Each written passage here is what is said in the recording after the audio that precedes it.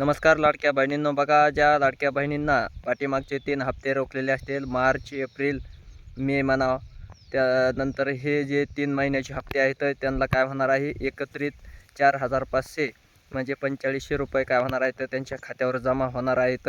कारण ज्या महिलांचे हप्ते पडले नव्हते, ज्यांचे हप्ते थकीत होते काही कारणास्तव आणि त्यांनी KYCची प्रक्रियाची दुरुस्तीची प्रक्रिया पूर्ण केलेली आहे, अशा महिलांना काय होणार आहेत, हे पैसे लवकरच त्यांच्या खात्यावर जमा होणार आहेत. कारण ह्यांचे जे थकीत हप्ते होते आणि KYCची प्रक्रिया पूर्ण करून हप्ते स्टॉप झाले होते, अशा महिलांचे हप्ते काय होणार आहेत लवकरच खात्यावर वर्ग केले जातील.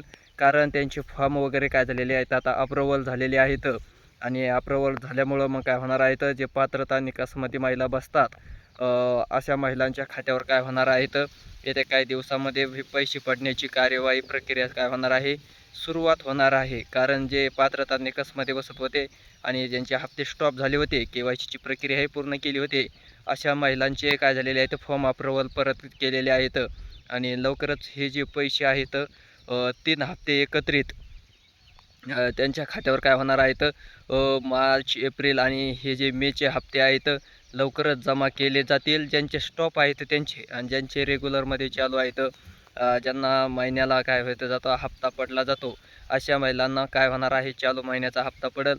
आणि ज्यांचे स्टॉप झालेले आहेत मग त्या महिलांचे काय होणार आहेत, खात्यावर 3 महिन्याचे एकत्रित 4,500 रुपये काय होणार आहेत, अदा केले जाणार आहेत, जमा केले जातील.